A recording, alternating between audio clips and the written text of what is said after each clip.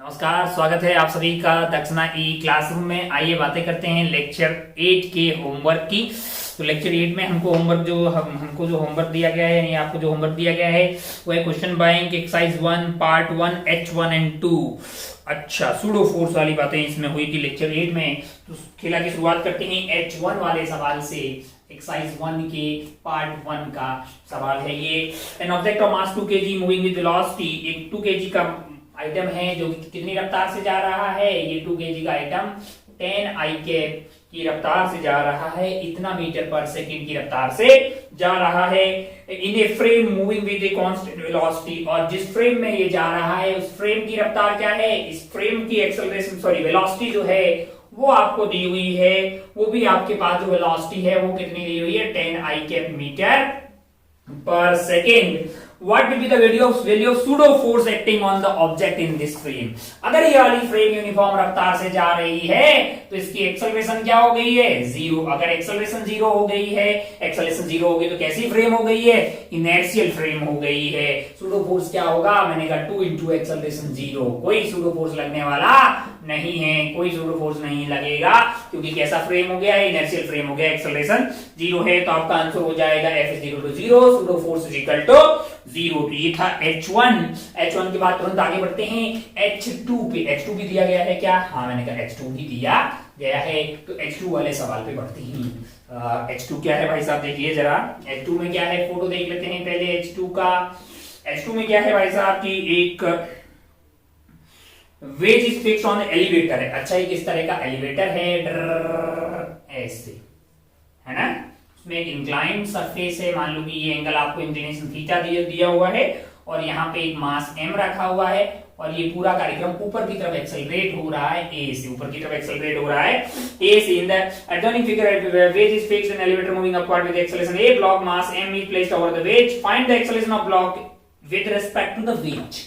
अच्छा, अगर आप चीटा बन के यहां बैठ जाओ तो तब आपको पूछा है कि ये वाले ब्लॉक की एक्सेलरेशन क्या होगी विद रिस्पेक्ट टू वेज। तो लगाते हैं भाई साहब न्यूटन साहब के लॉज। यहां लगाने के लिए आपको किसकी जरूरत पड़ेगी, सूडो की जरूरत पड़ेगी। कितना लगेगा, मैंने कहा इस पे लगेगा भाई साहब, किधर, इधर लगेगा ma। मैंने कहा और क्या लग रहा था इधर, मैंने कहा इधर लग रहा था mg। अच्छा, इधर क्या लग रहा है, मैंने कहा नॉर्मल। अच्छा, मैंने कहा इन दोनों के इधर कंपोनेंट आएंगे, मैंने कहा आएंगे, इधर भी आएंगे, मैंने कहा आएगा, क्या आएगा, मैंने कहा आएगा ma प्लस mg का साइन थीटा वाला कंपोनेंट। ओ, फोर्स क्या आ गया है, mg plus a sine theta. आएगा कि नहीं आएगा भाई साहब। अगर इसको मास से डिवाइड कर देंगे तो आपको क्या मिल जाएगा, एक्सेलरेशन मिल जाएगी। इधर की तरफ एक्सेलरेशन मिल जाएगी। मैं इसको acceleration of block with respect to wedge बोल रहा हूं। Acceleration of block with respect to wedge क्या हो जाएगा, ये m से m काट दीजिए तो आपका आंसर आ जाएगा g plus a sine theta, g plus a sine theta. ये आपको कहां दिखाई दे रहा है, दिखाई कहां दे, ऑप्शन तो है ही नहीं। तो g plus a sine theta आपका आंसर हो जाएगा। H2 वाले के बाद में अपने को कहां बढ़ना है भाई साहब, इसके बाद अपने को बढ़ना है exercise 1 part 2 H1 to 5। Exercise 1 part 2 क्योंकि एक्सरसाइज 1 पार्ट 2। अच्छा, एक्सरसाइज 1 के पार्ट 2 में मैंने कहा अच्छा भाई साहब बहुत बढ़िया सवाल H का 1 to 5। हाँ, तो आ जाइए H पे जो कि है सूडो फोर्स वाले सवाल। इसको उड़ाते हैं मेले और बढ़ते हैं अगले सवालों में।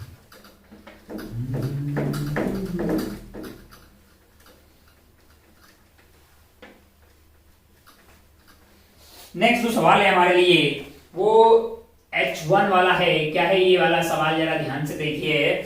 फिगर दिया हुआ है, उनका बना लेते हैं भाई साहब। जो फिगर दिया हो उसको पहले बना लेते हैं। फिगर ऐसा है कुछ, ये है 2 kg का आइटम, यहाँ पे रखा हुआ है आपके लिए 1 kg का आइटम। और ये वाला एंगल क्या है, ये वाला एंगल है आपके लिए 37 डिग्री। क्या है, 37 डिग्री। मैंने कहा ओहो बहुत बढ़िया भाई साहब, बहुत शानदार।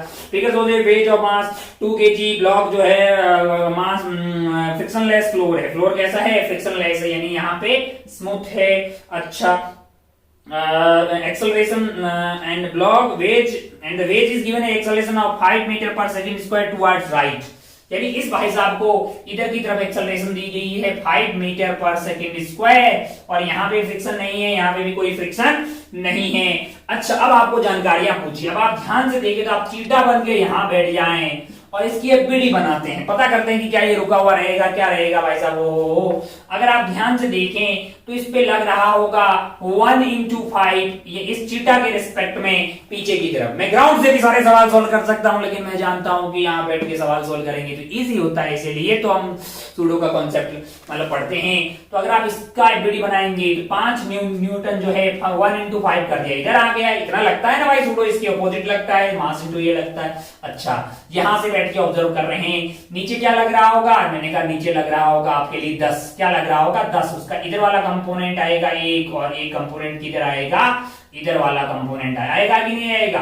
इधर क्या लग रहा होगा भाई साहब, नॉर्मल लग रहा होगा। इधर क्या लग रहा होगा, नॉर्मल लग रहा होगा। ये वाला कंपोनेंट क्या होगा, मैंने कहा ये वाला होगा आपका mg यानी कि 10 sin 37 यानी कि 3/5 यानी कि ये हो गया आपका 6 न्यूटन, और ये वाला हो जाएगा 10 इंटू आपका 4/5 यानी कि आ गया है आपका लिए 8 न्यूटन। क्या आ गया है, 8 न्यूटन। अच्छा, ये एंगल 37 डिग्री है, तो क्या ये वाला एंगल भी 37 डिग्री होगा। मैंने कहा हाँ। तो क्या 15 के भी कंपोनेंट करने पड़ेंगे, 5 के भी कंपोनेंट करने पड़ेंगे। मैंने कहा हाँ, एक कंपोनेंट ऊपर आएगा, एक कंपोनेंट इधर आएगा। ऊपर वाला कंपोनेंट होगा 5, ये है 5 cos 37 डिग्री जो कि 4 आ जाएगा, ये वाला 3 आ जाएगा। अब अगर आप ध्यान से देखें इस वाले 1 kg को, इधर की तरफ लग रहा है नॉर्मल, इधर की तरफ लग रहा है आपका 8 + 3 यानी 11 न्यूटन, और इधर की तरफ आपके लिए लग रहा है 6 न्यूटन, और इधर की तरफ आपके लिए लग रहा है 4 न्यूटन। इधर की तरफ क्या लग रहा है, 4 न्यूटन। अच्छा, एक बात तो साफ है कि ये वाला जो नॉर्मल है इसकी वैल्यू क्या आ जाएगी, 11 आ जाएगी, और ये इधर की तरफ जा रहा होगा इसके रेस्पेक्ट में। किसके रेस्पेक्ट में, acceleration of block with respect to wedge इधर की तरफ होगी। तो और वो acceleration of block with respect to wedge होगी क्या, वो हो जाएगी 6 - 4 यानी कि आ गया 2/1 यानी कि 2 मीटर पर सेकेंड स्क्वायर। अब देखते हैं ऑप्शंस पे कि क्या क्या दिया हुआ है। Block will stationary with respect to wedge, मैंने कहा गलत बात, ऑप्शन ए गलत है। The block will have acceleration of 1 metre पर second square with respect to wedge, गलत बात है, 2 मीटर पर सेकेंड स्क्वायर आ रही। Normal reaction is equal to 11, मैंने कहा सत्य बात है। Net force acting on the wedge is 2 न्यूटन। Net force acting on the wedge is, wedge पे जो नेट फोर्स लग रहा है वो जो है ये बोल रहा है कि 2 न्यूटन है। मैंने कहा गलत बात है। वेज की अगर बात करेंगे, वेज की एक्सेलरेशन क्या है, 5 है, और वेज कितने किलो का है, 2 है, तो F = ma लगा दो, 2 है तो 2 थोड़ी आएगा, 10 आ गया, है कि नहीं यार। तो वेज पे लगने वाला, वेज की एक्सेलरेशन 5 है, तो F नेट उसका मास इनटू एक्सेलरेशन दिया होगा, जो कि 2 आने वाला नहीं है। खैर, तो अपना ऑप्शन कौन सा हो गया है, हमारा आंसर हो जाएगा सी। हमारा आंसर हो जाएगा इस वाले केस का आंसर हो जाएगा हमारे लिए सी। तो आप सी को टिक करके इस पर्टिकुलर सवाल में आगे बढ़ सकते थे। आपके लिए नेक्स्ट सवाल है H2, H1 हो गया भाई साहब, आइए बढ़ते हैं H2 पे।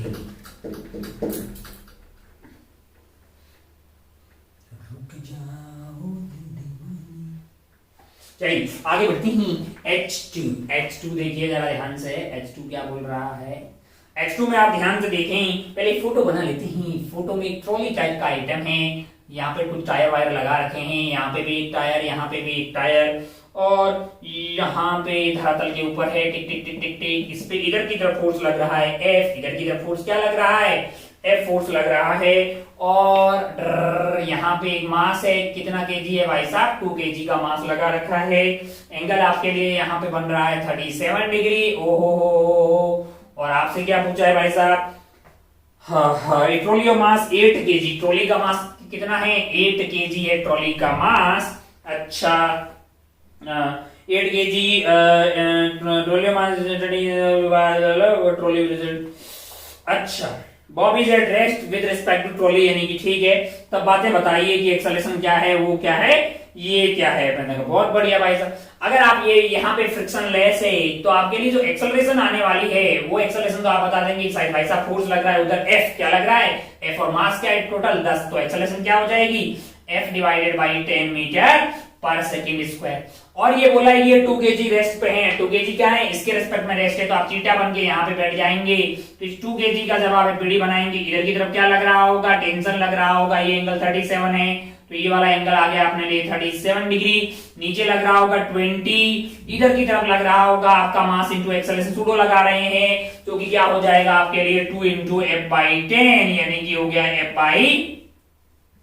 अब ये रेस्ट पे हैं, तो आप ध्यान से देखें, टी आपके लिए जो टी कोस 37 है, यानी कि 4t/5 इधर हो जाएगा, इधर हो जाएगा आपके पास 3t/5 है। अच्छा, 4t/5 इज इक्वल टू क्या हो गया आपके लिए 20, तो ये आपके लिए कट गया 5 बार। टेंशन की वैल्यू आ गई है 25 न्यूटन, क्या आ गई है 25 न्यूटन। और 3t/5 is equal to f/5 है, तो यहां से 5 से 5 कट गया है। f की वैल्यू आ रही है आपकी 3t, यानी कि 3 into 25 that is equal to 75 newton. तो अगर आप ध्यान से देखें तो आप ये पाइएगा कि acceleration of trolley is 40/3। Acceleration of trolley तो f/10 आया था और f की वैल्यू 75 है, तो 7.5 आएगा ना यार 40। ये पहला ऑप्शन गलत है रे लाला। सेकंड बोल रहा फोर्स अप्लाइड इज 60, मैंने कहा फोर्स अप्लाइड इज 75, गलत। फोर्स अप्लाइड इज 75, मैंने कहा सी वाली बातें सत्य है। डी ऑप्शन में जाइए, tension in the string is 25, tension in the string is 25। तुरंत आगे बढ़ते हैं, ये था सवाल नंबर 2 H2। बढ़ते हैं H3 पे, बढ़ते हैं H3 पे।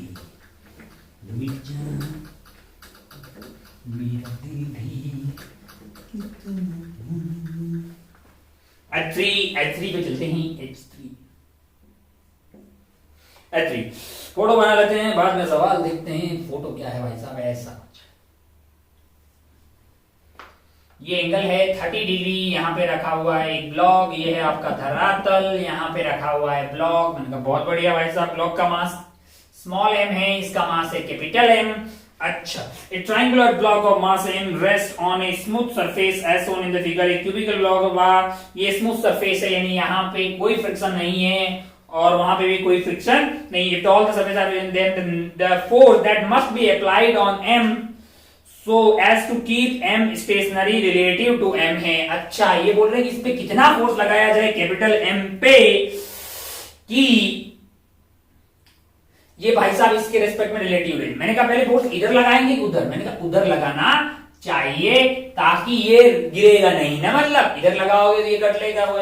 तो हमने फोर्स F लगा दिया इधर की तरफ और ये कोई रिलेटिव मोशन नहीं हो रही, पूरा कार्यक्रम इधर जा रहा है, तो एक्सेलरेशन क्या आ जाएगी आपके लिए, एक्सेलरेशन आ जाएगी F divided by capital M plus small m आ जाएगी। अब आप ध्यान से देखें तो इस पे सूडो इधर की तरफ क्या लग रहा होगा, तो आप बोल देंगे मास इंटू एक्सेलरेशन, एक्सेलरेशन इतनी है mf upon m plus m है। अच्छा, ये वाला एंगल 30 डिग्री है, तो ये वाला एंगल क्या हो जाएगा 30 डिग्री। अगर इसका ये वाला कंपोनेंट अगर mg sin थीटा के बराबर हो गया, यानी mg sin 30 डिग्री के बराबर हो गया, तब तो भाई साहब ये रेस्ट पे रहेगा, वरना फिर स्लाइड करेगा इसके रिस्पेक्ट में, है कि नहीं यार। अच्छा, तो ऊपर वाला कंपोनेंट क्या होगा उसका हो जाएगा small m f m plus m है, और आ जाएगा आपके पास cos 30 degree is √3/2 that is equal to mg sin 30 degree that is 1/2। 2 ने 2 की बत्तियां गुल की, हमें क्या चाहिए,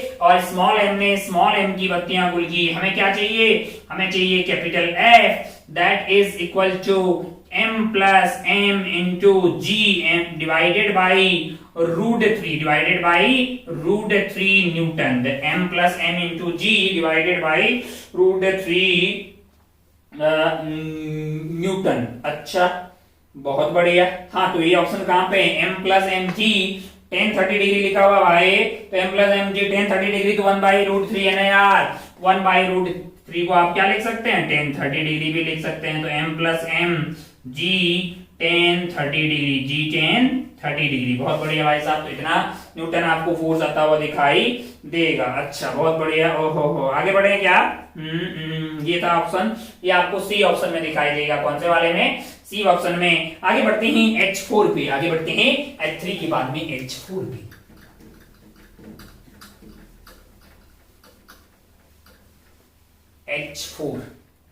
H4 देखिए भाई साहब, H4 क्या है, H4 A block of mass m resting on A veg of angle theta. मैंने कहा अच्छा, फोटो बना लेते हैं पहले। क्या बोल रहा है फोटो, ये एंगल है आपके लिए थीटा, यहाँ पे है मास m, यहाँ पे क्या है मास m है। अच्छा, और इधर की तरफ एक्सेलरेशन दिया है, क्या ये पता नहीं क्या है, देखते हैं, है ना। आपसे बोल रहा है block of mass m resting on the wedge of angle theta as so the wedge is given acceleration toward left है a toward what is the minimum value of a due to external as m so that mass m falls freely.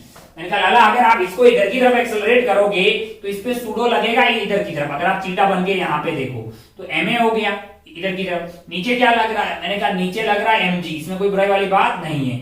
इधर क्या लग रहा होगा? मैंने कहा normal. जिस time normal zero होगा तब जस्ट अलविदा हो जाएगा भाई साहब। इन दोनों के बीच में लगने वाला ये नॉर्मल जस्ट जीरो होगा तो क्या हो जाएगा? ये अलविदा हो जाएगा।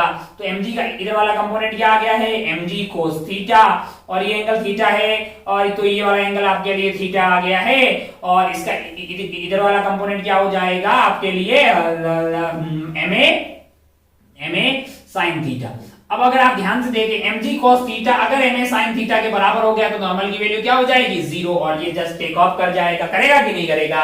अबे इस डायरेक्शन में बैलेंस करोगे, नॉर्मल उधर है प्लस आपका ma sin थीटा उधर है is equal to mg cos theta है। लेकिन जैसे ही नॉर्मल जीरो होगा ये जो अलविदा हो जाएगा, है ना? यही पूछा है, अलविदा मतलब इन दोनों सेपरेट हो जाएंगे। तो आपके पास आ गया ma sin theta is equal to mg cos theta. अच्छा, m ने m की बत्तियां गुल कर दी। एक्सेलरेशन क्या आ रहा है? g cot theta, g cot theta, g cot theta कौन से ऑप्शन में दिखाई दे रहा है आपको?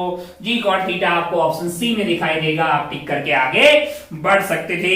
आगे बढ़ते हैं h5 पे। h4 के बाद में नेक्स्ट है h5।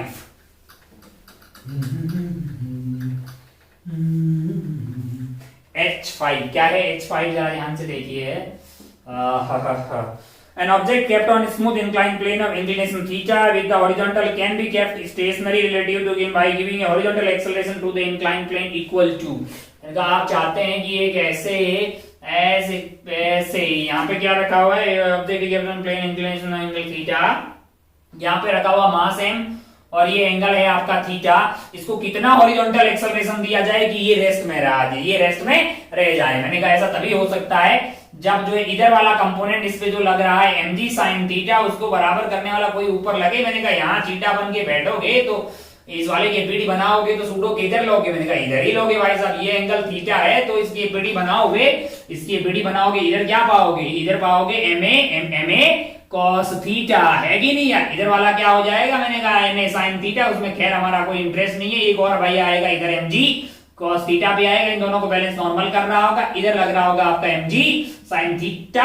अगर ये दोनों बराबर हो गए तो क्या होगा भाई साहब? उस वाले केस में ये रेस्ट में रहेगा, यानी कि ये जो है रेस्ट में रखना चाह रहे हैं तो इसका मतलब ये दोनों बराबर है। अगर ये दोनों बराबर है तो ma cos theta must be equal to mg sin theta. ओहो, m से m की बत्तियां गुल कर दी। a की वैल्यू क्या आ रही है? a की वैल्यू आ गई g tan थीटा। कौन से ऑप्शन में ये दिखाई दे रहा है आपको?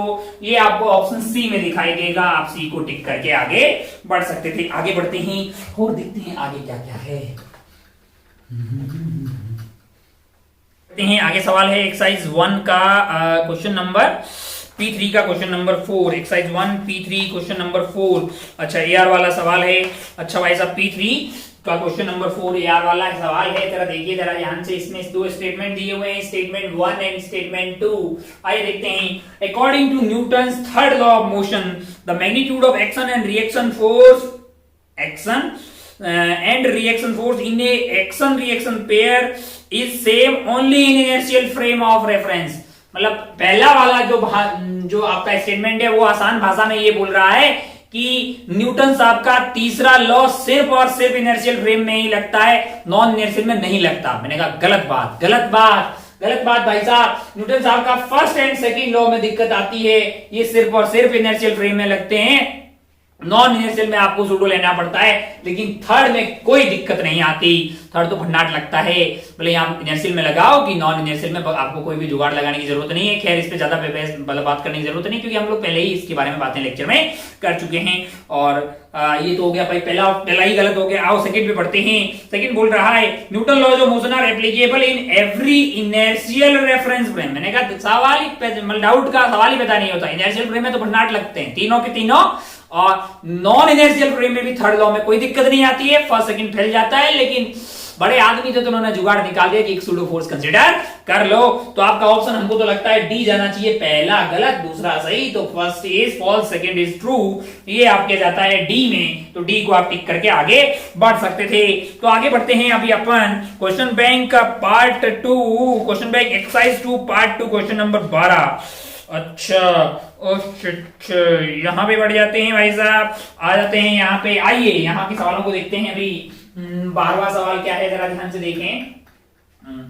12th क्वेश्चन है आपके लिए। 12th में देखिए जरा ध्यान से, 12th में क्या हो रहा है। 12th में हमको लग रहा है कि एक इंक्लाइन प्लेन है, एक इंक्लाइन प्लेन है, ऐसा इंक्लाइन प्लेन है जिसका इंक्लिनेशन क्या दिया हुआ आपको, अल्फा दिया हुआ है। अच्छा, एक गाड़ी इस पे चल रही है, ऐसे चल रही है, दो पहिए हैं यहाँ पे, टिक टिक टिक, और क्या है, एल टाइप का ऐसा आइटम है यहाँ पे ऐसे। हाँ अच्छा, और यहाँ पे क्या हो रहा है, एक आइटम है जो ऐसे हम कर रहा है, इसका मास m है, और यहां से जो है, यहां से इसका एंगल जो है वो क्या है, थीटा। इसका एंगल क्या है, थीटा है, और ये पूरा एक्सेलरेट हो रहा है इधर की तरफ a0 से, इंक्लाइन है। और कोई इंफॉर्मेशन है क्या, नहीं है।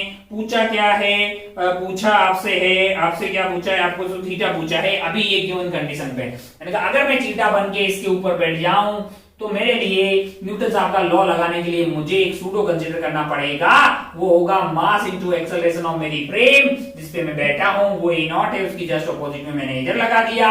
मैंने कहा और क्या लग रहा होगा, और बेसिकली, और अगर अपन ध्यान से देखें, और अगर अपन ध्यान से देखें तो अपन ध्यान से देखें तो और लग रहा होगा, इस पे mg लग रहा होगा। क्या लग रहा होगा, mg लग रहा होगा। मैंने कहा अच्छा भाई साहब बहुत बढ़िया, mg का एक कंपोनेंट इधर आएगा, क्या आ जाएगा, mg sine alpha, mg sine alpha आ जाएगा, और ये वाला कंपोनेंट क्या आ जाएगा, mg कोस अल्फा है भाई साहब। अच्छा बहुत बढ़िया, बहुत शानदार। और इधर इस पे क्या लग रही होगी, टेंशन लग रही होगी। ये एंगल थीटा है तो ये वाला क्या होगा, 90 माइनस थीटा है। अच्छा बहुत बढ़िया, हमको चाहिए क्या, हमको थीटा चाहिए ना भाई साहब। अब अगर आप ध्यान से देखें तो इस पे इधर की तरफ टेंशन लग रही है, जो कि है यहाँ से, ये आपका एंगल है, ये वाला एंगल आपके लिए थीटा हो जाएगा, ये वाला आपका है 90 माइनस थीटा। बाकी इधर की तरफ क्या लग रहा है, सॉरी इधर की तरफ आपके पास लग रहा है ma0 plus mg sine alpha, mg sine alpha. और ऊपर की तरफ यानी कि यहाँ पे नीचे की तरफ यहाँ पे लग रहा होगा आपका mg cos अल्फा। तो कोई बात नहीं, t के कंपोनेंट ले लो। t का ये वाला कंपोनेंट होगा t cos थीटा, ये वाला कंपोनेंट होगा t sin थीटा।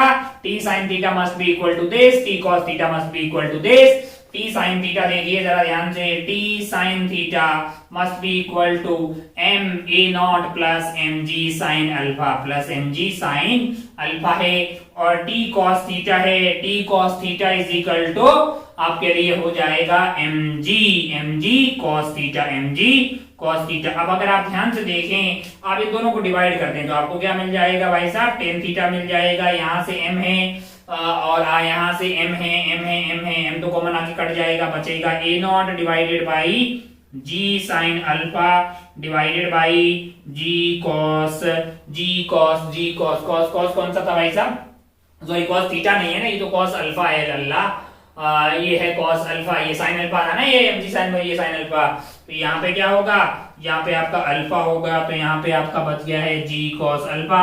थीटा की वैल्यू क्या हो गई लाला, यहाँ से tan इनवर्स ऑफ ये रायता जो कि है a0 plus g sin alpha divided by g cos alpha.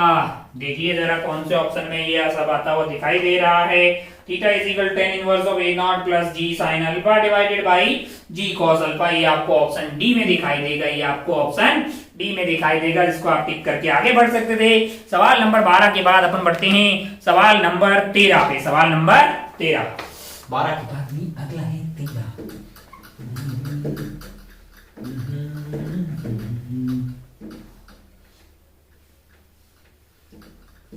चलिए देखिए सवाल नंबर 13 क्या बोल रहा है। 13 वाला सवाल भाई साहब, a block of mass m is placed on a smooth horizontal inclination theta. The whole system is accelerated horizontally so that block does not slip.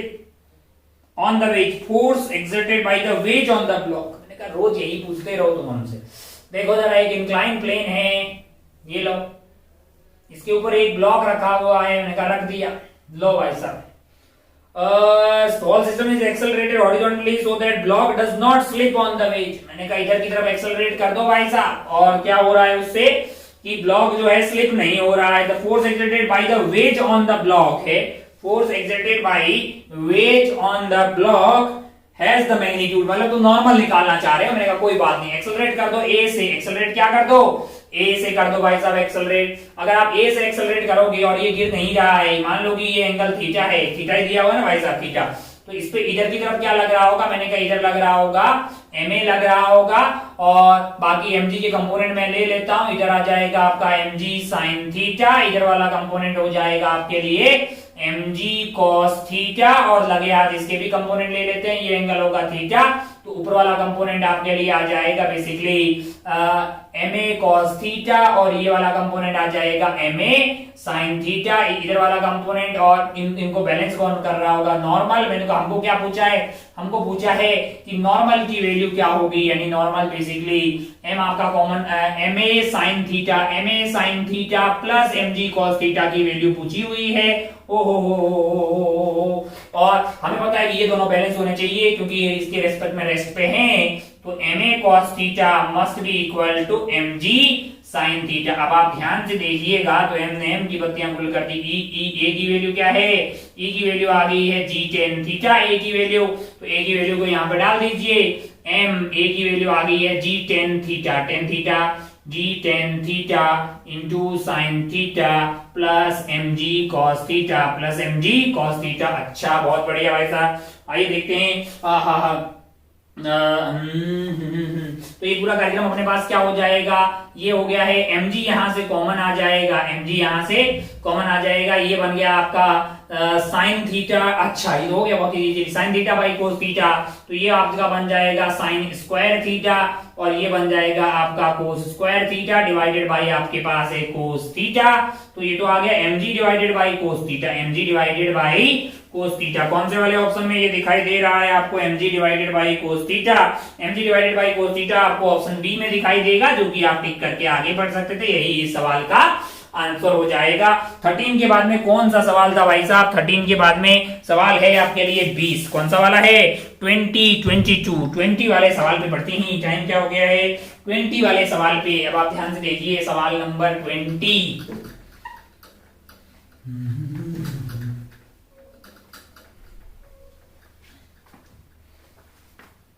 20 question number 20, जरा ध्यान से देखिए कौन सा है सवाल 20। हाँ, अच्छा, फोटो बना देते हैं भाई। इस तरह का कुछ गाड़ी टाइप का आइटम लग रहा है। पेन साहब चल क्या है नहीं रही हो अभी, हमको स्याही भरने का टाइम नहीं है, वक्त की बहुत कमी है, बहुत ज्यादा मतलब। यहाँ पे है एक पुली, अच्छा, और इधर जो है एक मास m टांग रखा है। इनका बहुत बढ़िया भाई साहब, और धागा जो है यहाँ से इधर जा रहा है। एक भैया है यहाँ पे खड़े हैं, भैया जो क्या कर रहे हैं, धागे को खींच रहे हैं इस तरह से कि एक्सेलरेशन ए दे रहे हैं। अच्छा, ये जो कार है भाई, कार है, ये कार है, किधर जा रही है कार? इधर एक्सेलरेट हो रही है ए से, और भैया इसको मास m को एक्सेलरेट करवा रहे हैं इधर ए से, और बोल रहे हैं कि ये वाला एंगल जो है उनका वो थीटा है। क्या है? थीटा है। The tension in the string आपसे पूछा है। ओहो, is directed horizontally, the car is moving constant acceleration, A directed horizontally, the other end of the string is pulled by constant acceleration, A relative to the car, ये A relative to the car है, और वो ground के respect. इनका अगर ये ground के respect में है और अपन चीटा बन के यहाँ बैठ देंगे, यानी कि रिलेटिव टू द कार बातें करेंगे, तो ये वाले ब्लॉक पे MA पीछे लग रहा। कौन सा वाला? ये वाला है कि ये वाला है? ये वाला है। अच्छा, और क्या लग रहा होगा? मैंने कहा इधर लग रहा होगा mg, है कि नहीं, और इधर क्या लग रहा होगा? टेंशन। ये रेस्ट में है ना। मैंने कहा हाँ, इसके रेस्पेक्ट में रेस्ट कैसे जा रहा है? तो ऊपर जा रहा है, सॉरी, रेस्ट में इसके रेस्पेक्ट में ऊपर जा रहा है ए से। अगर ये ए से नीचे जा रहा तो ये वाला इधर कैसे जा रहा होगा? ए से। अच्छा, तो अगर आप ध्यान से देखें तो इस पे इधर की तरफ लग रहा है mg, इधर की तरफ क्या लग रहा है? ma लग रहा है, इधर की तरफ क्या लग रहा है? टेंशन लग रहा है, और एक्सेलरेशन किधर है? मैंने कहा इधर ही है, इसके रिस्पेक्ट में बातें कर रहे हैं। ओ इन दोनों का रिजल्टेंट तो इधर आ गया, कितना आ गया है एम स्क्वायर, एम तो बाहर आ गया, अंदर क्या रहेगा जी स्क्वायर एंड ए स्क्वायर, बीच का एंगल 90 है ना, तो टी और इसमें बड़ा कौन होगा, टी बड़ा होगा, t minus m under root of g square plus a square must be equal to mass into acceleration, यानी कि एम इनटू ए आ गया है, यहां से टी की वैल्यू आ जाएगी m under root of g square plus a square plus m a, plus क्या आ जाएगा आपके लिए एम ए आ जाएगा। अब आप ध्यान पूर्वक देखिएगा तो ये आपको कौन से ऑप्शन में दिखाई देगा भाई साहब, ये आपको ऑप्शन सी में दिखाई देगा, कौन से वाले ऑप्शन में लल्ला, ऑप्शन सी में दिखाई देगा, जिसको आप टिक करके आगे बढ़ सकते थे। सवाल नंबर 20 के बाद में आपकी मुलाकात होगी 22 से, 22 पे चलते हैं, 22 भैया जल्दी जल्दी, हाँ हाँ हाँ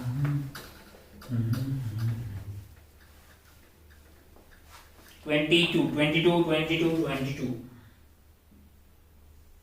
22 22 क्या है भाई साहब, एक ऐसा इंक्लाइन प्लेन है जिसका इंक्लिनेशन क्या है आपके लिए थीटा है, जिसका इंक्लिनेशन आपके लिए है थीटा, और यहाँ पे चल रही है एक गाड़ी चल रही है यहाँ पे, मैंने कहा अच्छा, और ये वाली गाड़ी जो है हा इसके दो पहिए लगे हुए हैं, बहुत बढ़िया भाई साहब, और ओहो इसमें कोई बॉब वॉब टाइप का आइटम लग रहा है, वो पता नहीं इधर की तरफ है, इसका मास कितना है m है, और गाड़ी इधर आ रही है, कैसे आ रही है जी साइन थीटा से ही आ रही है, बढ़िया काम कर दिया भाई साहब। ओ अब अगर आप ध्यान से देखें, अब अगर आप ध्यान से देखिए, ये वाला एंगल आपके लिए क्या है, ये वाला एंगल है आपके लिए अल्फा, बढ़िया भाई साहब बढ़िया, वर्टिकल से क्या एंगल बन रहा है, और आपसे क्या पूछा है, आपसे पूछा है अल्फा थीटा ये वो टेंशन बताएं, ये बताएं, सब बताएं। अगर आप ध्यान से देखें तो अगर मैं चीटा बन के यहाँ बैठ जाऊं भाई साहब, तो इस पे सूडो जो है इस डायरेक्शन में लगेगा, कितना, मैंने कहा mg sin थीटा, और मेरे रेस्पेक्ट में ये वाला आइटम रुका हुआ है, तो मैं क्या कर रहा हूं, मैं मास m पे फोर्सेस थ्रो कर रहा हूं, इधर की तरफ सूडो लग रहा होगा mg sin थीटा के बराबर, मैंने कहा अच्छा भाई साहब बहुत बढ़िया, बहुत ही शानदार, और क्या लग रहा होगा, मैंने कहा अगर आप ध्यान से देखें तो नीचे की तरफ क्या लग रहा होगा, mg लग रहा होगा, नीचे की तरफ क्या लग रहा होगा, mg लग रहा होगा, और बाकी अगर आप ध्यान से देखें, ध्यान से अगर आप देखें तो आप ये पाएंगे भाई साहब कि ये एंगल है आपका, ये एंगल है आपका 90, तो ये वाला हो गया है 90 माइनस अल्फा, 90 माइनस अल्फा है, तो वर्टिकल से एंगल क्या हो जाएगा, अल्फा हो जाएगा। तो यहां से टेंशन लग रही है ऐसे कितने एंगल पे, वर्टिकल से अल्फा एंगल पे, मैंने कहा बहुत बढ़िया भाई साहब बहुत ही शानदार, ओहो, और ये वाला एंगल आपके लिए क्या हो जाएगा, ये वाला थीटा हो जाएगा, क्योंकि टिक टिक टिक टिक टिक ये वाला एंगल क्या है, थीटा है, ओहो ये है टेंशन। तो अगर आप ध्यान से देखें तो मैंने इसके दो कंपोनेंट कर दिए, एक इधर और एक ऊपर, इधर वाला कंपोनेंट आएगा mg sin theta into cos theta, ऊपर वाला कंपोनेंट क्या आ जाएगा mg sin theta into sine theta, यानी कि mg sin स्क्वायर थीटा, ऊपर की तरफ t का कंपोनेंट आ जाएगा t कोस अल्फा, इधर वाला कंपोनेंट आ जाएगा t sin अल्फा, कंपोनेंट कर लिए भाई साहब, गोली की रफ्तार से मास्टर कंपोनेंट कर रहा है, उम्मीद है कि आपकी पेज में उतर रहा होगा, मास्टर को कुछ नहीं पता, सामने कैमरा रखा हुआ, गोली की रफ्तार से सवाल सॉल्व किए जा रहा है, नींद सी आ रही है मतलब, है ना, mg sin square theta, mg sin square theta plus t cos alpha, plus t cos alpha must be equal to mg, तभी ना बैलेंस हो पाएगा बे, ओ और क्या लिखेंगे भाई साहब, और अगर आप ध्यान से देखें तो आपका जो t sin अल्फा है, यानी t sin अल्फा है, उसकी वैल्यू क्या हो जाएगी, उसकी वैल्यू आ जाएगी आपके लिए mg sin theta, mg sin theta cos theta, यहां से अगर मैं t cos अल्फा को लिखूं तो t cos अल्फा हो जाएगा mg माइनस mg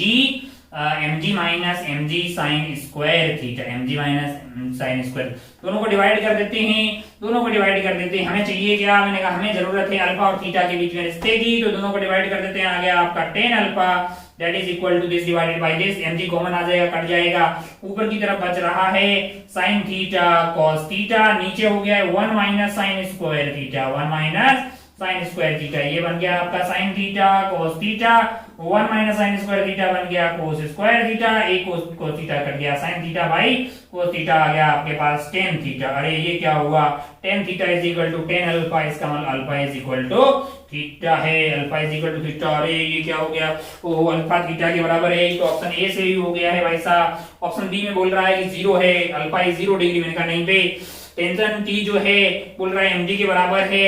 अच्छा टेंशन टी अपन निकाल सकते हैं क्या?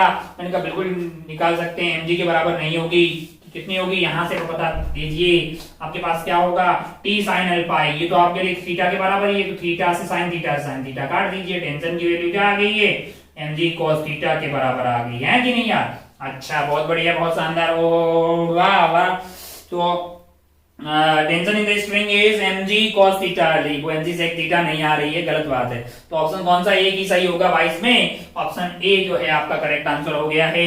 22 के बाद में अपन आगे बढ़ते हैं 24 एंड 34 है। आगे देखते हैं 22 के बाद में 24।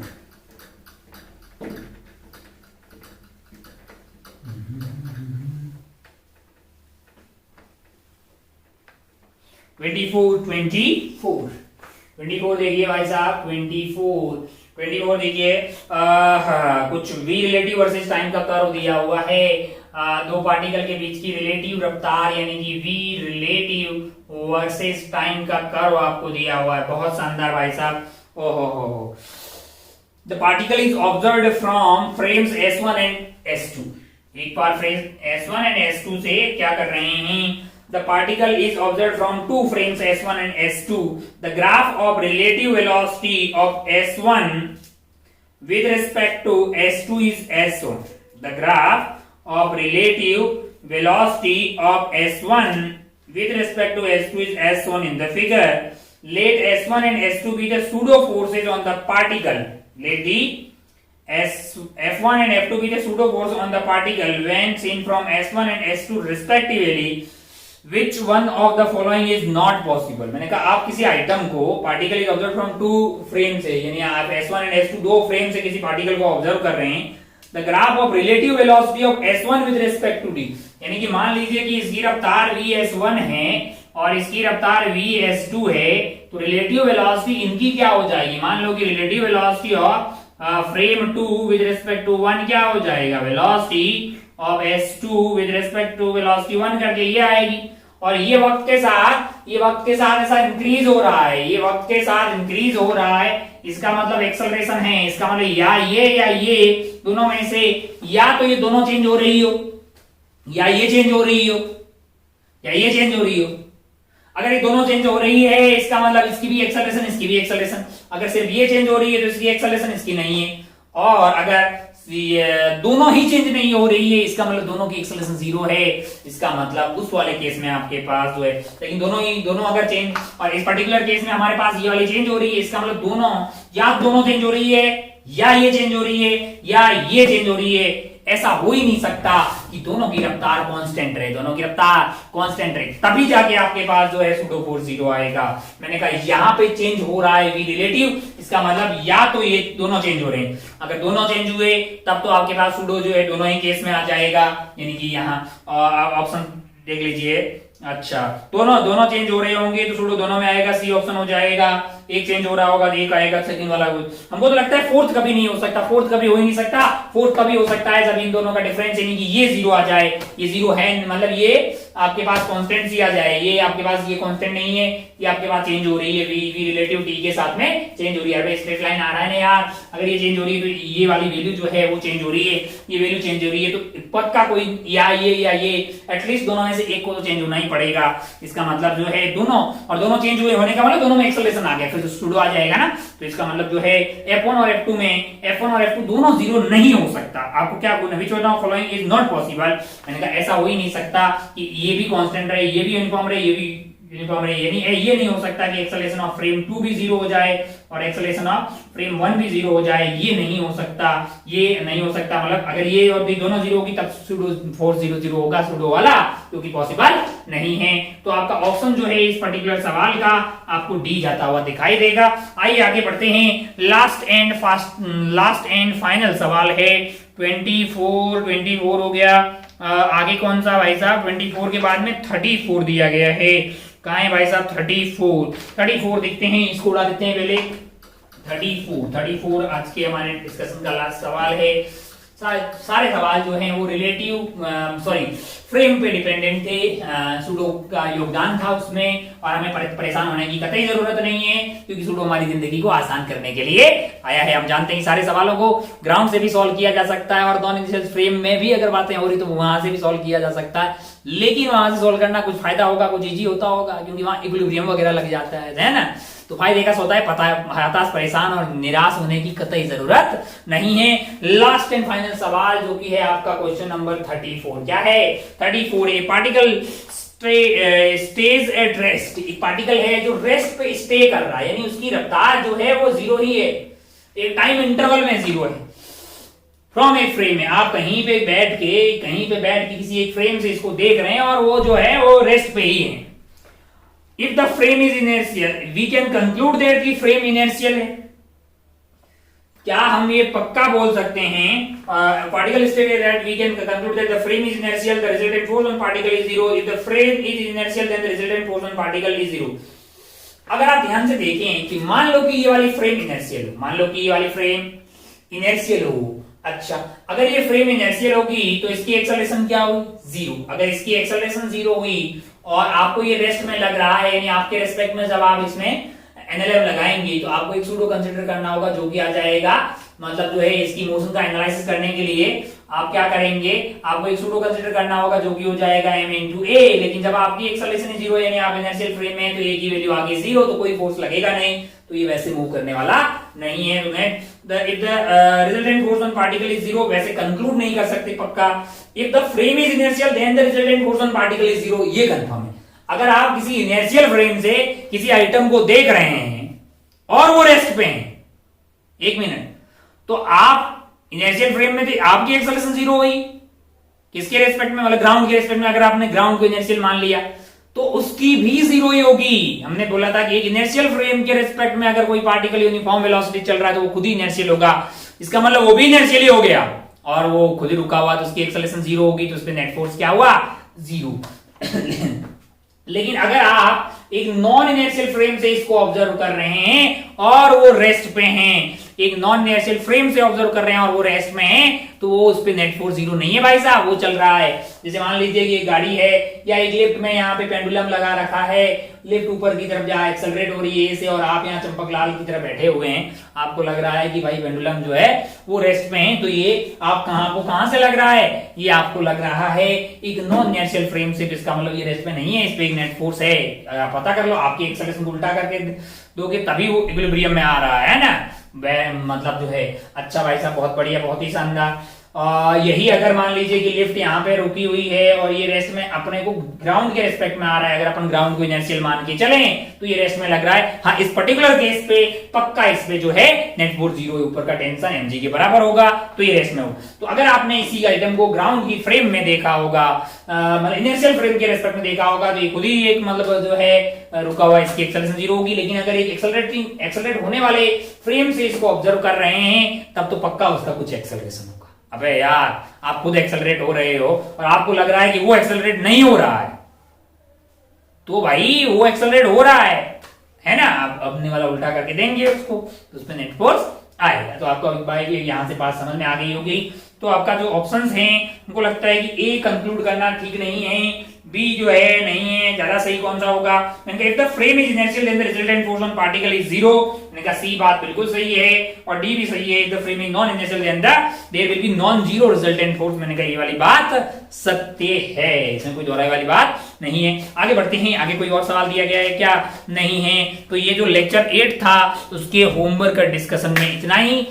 आगे वाला और भी होमवर्क आप करते रहिए, मतलब होमवर्क वगैरह करते रहिए, और अपना और अपनी पढ़ाई का खूब ख्याल रखिएगा। जय हिंद, जय भारत, टेक केयर, बाय।